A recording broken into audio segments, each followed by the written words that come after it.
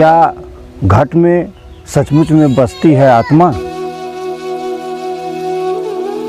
लोकाचार वेदाचार सबको मिलाकर के इस क्रियाएं होती हैं, करना चाहिए। मूले ब्रह्मा त्वचा विष्णु शंकर शाखा में च पात्रे पात्रे देवानाम पात्रे पात्रे देवानाम राज नमोस्तुते। वृक्षराज नमोस्तुते। कुछ लोग कमेंट करते हैं तो इसका मतलब कि हम अपने बुजुर्गों पर कमेंट करते हैं।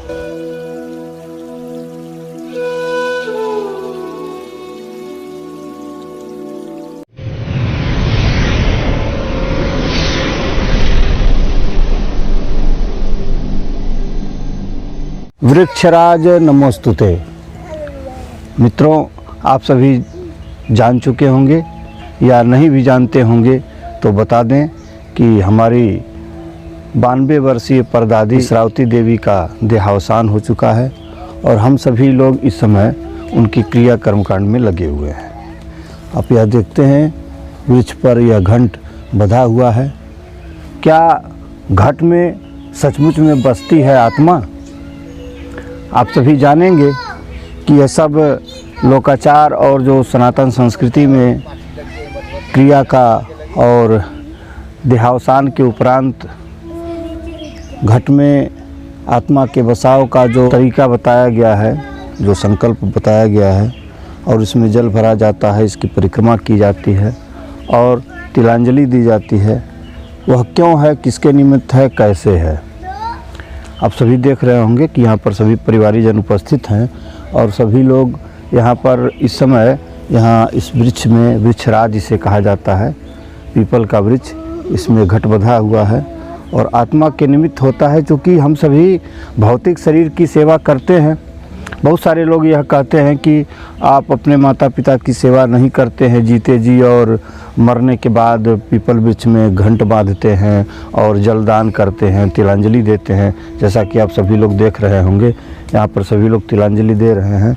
परिवार के सभी सदस्य सुबह सुबह स्नान करने के बाद यहाँ पर एक वेदी बनाई गई है आत्मा के स्वरूप और उसमें कुछ रोपित किया गया है और वहाँ पर तिल और चावल के साथ, अक्षत के साथ और तिलांजलि दी जाती है। तो यह सभी क्रियाएं संपादित की जाती हैं उस आत्मा के निमित्त। और ऐसा नहीं है कि बहुत सारे लोग कहते हैं कि भौतिक रूप से आप सेवा नहीं करते और आत्मा के लिए जलदान करते हैं और वृक्ष में घंट बांधते हैं। तो जो लोग हमारे परिवार को जानते होंगे या नहीं भी जानते होंगे तो जान सकते हैं कि हम सभी संयुक्त रूप से रहते हैं और भौतिक शरीर की भी बड़ी श्रद्धा से सेवा करते हैं। और जहाँ भी संयुक्त परिवार होते हैं वहाँ सभी लोग अपने माता पिता की, बुजुर्गों की, बच्चों की देखभाल करते हैं, उनकी सेवा करते हैं। तो ऐसे ही हमारे परिवार में भी यह सारी परंपराएं आज भी जीवित हैं। हम लोग भौतिक रूप से जो हमारे जीवित माता पिता बुजुर्ग होते हैं उनकी भी बड़े भाव श्रद्धा से सेवा करते हैं और मृत्यु के उपरांत जो क्रियाएं होती हैं उसमें भी विश्वास करते हैं, सनातन संस्कृति में विश्वास करते हैं। तो आप देख सकते हैं ये हमारे बाबा हैं प्रहलाद सिंह, यह भी हमारे बाबा हैं और यहाँ जो जलदान करा रहे हैं यह भी हमारे बाबा हैं। इन्हीं की पूजनीय माता जी थीं जिनका 92 वर्ष की अवस्था में, आज के जीवन शैली में और आज के खान पान में इतना लंबा कोई जीता नहीं है। चूँकि पुराने लोग रहे हैं और पुराने तरीके से खाते पीते रहे हैं इसलिए इतना जीवित रह जाते हैं। अभी आज की पीढ़ी में 60 वर्ष के ऊपर नीचे सभी लोग मर जा रहे हैं। तो ये सारी क्रियाएं हैं हमारे सनातन संस्कृति में। तिलांजलि का महत्व है, इस घंट का महत्व है और यह संस्कृति में भी है और लोकाचार में भी है।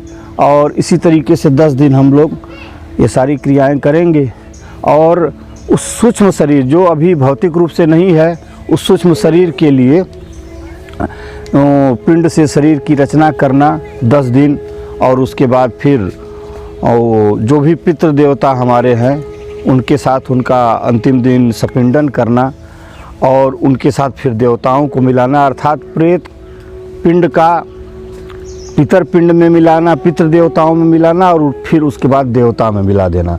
तो ये सारी क्रियाएं इस बोध से होती हैं कि हमारे जो प्रेत हैं वह पितर देवताओं में मिल जाए और पितर देवताओं फिर देवताओं के साथ संलग्न हो जाएं और हमारे लिए वह शुभेच्छा रखें, हमें हमेशा देवता के रूप में आशीर्वाद देते रहें। तो देख रहे हैं आप यहाँ पर परिवार के सभी सदस्य, यहाँ एक 35 कुशा की है हाथ में, एक कान में और एक कमर में, ऐसे सभी लोग जलदान कर रहे हैं।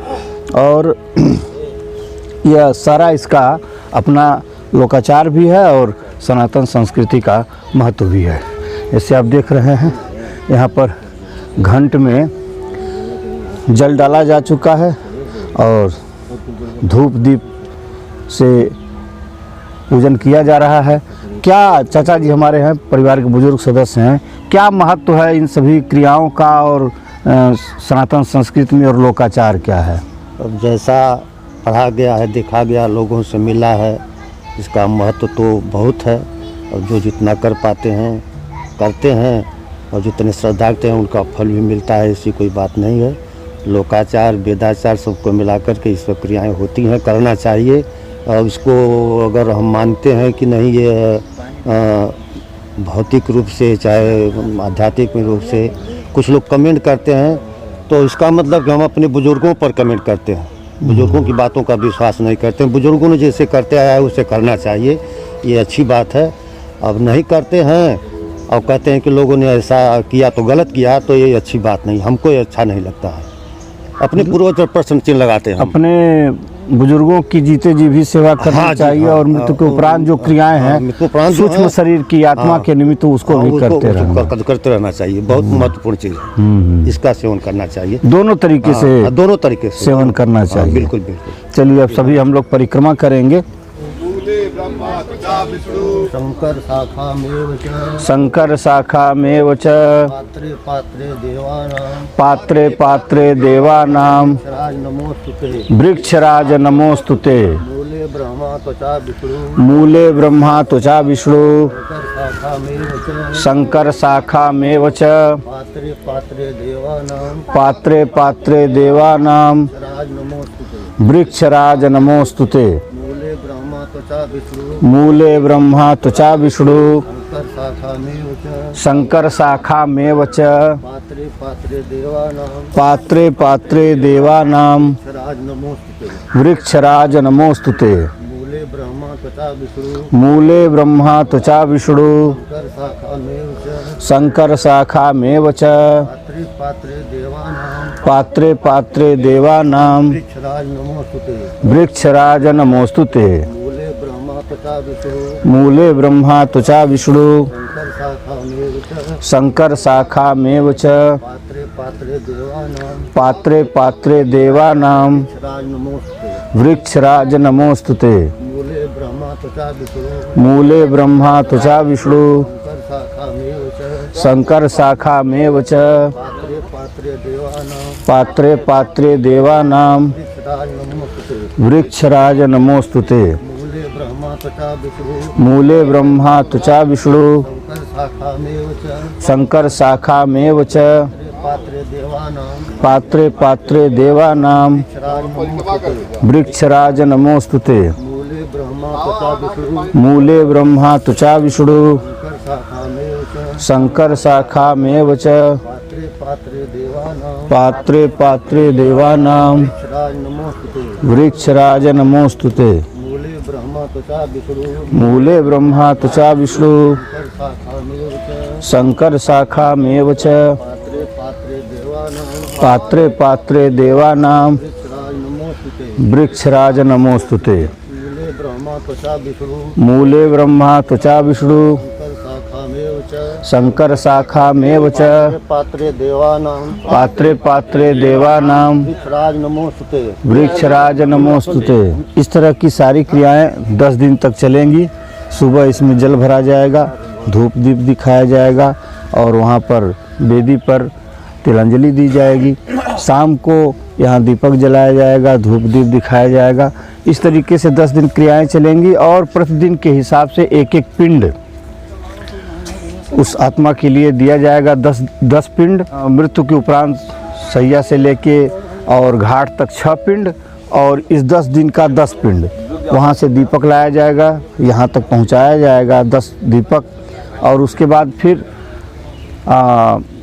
मध्यम खोड़सी का 16 पिंड और फिर उत्तम खोड़सी का 16 पिंड।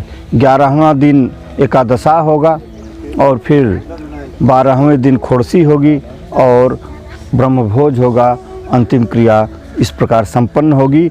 यह हमारे सनातन संस्कृति में जो 16 संस्कार हैं, उन 16 संस्कार में यह अंतिम संस्कार है, अंत्येष्टि संस्कार। इसी के साथ हमारे सारे संस्कार संपन्न हो जाते हैं। एक गर्भावस्था पुंसवन से शुरू होकर और विवाह के उपरांत ये अंतिम संस्कार है जो हम सभी इस समय संपादित कर रहे हैं। घर आने पर सभी लोग क्षमा प्रार्थना स्वरूप यह जौ, जल, पत्थर और आग को नीम की पत्ती से स्पर्श करते हैं। रोज इतनी क्रियाएं आत्मा के निमित्त सुबह सुबह घंट में जल भरना, धूप दीप दिखाना, वेदी पर तिलांजलि देना और उसके बाद परिक्रमा करना। घर आने के बाद यह जो क्रिया इस समय संपादित की जा रही है, वही परिवार सदस्य इसको संपादित करते हैं। उसके बाद मीठा प्रसाद निवेदित करते अपने, उसके बाद ग्रहण करते हैं और जल पीते हैं।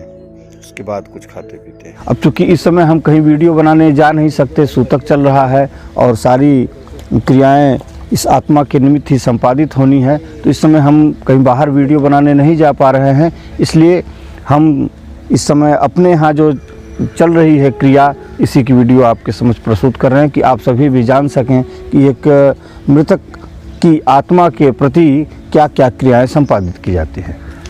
बहुत बहुत धन्यवाद, बहुत बहुत आभार।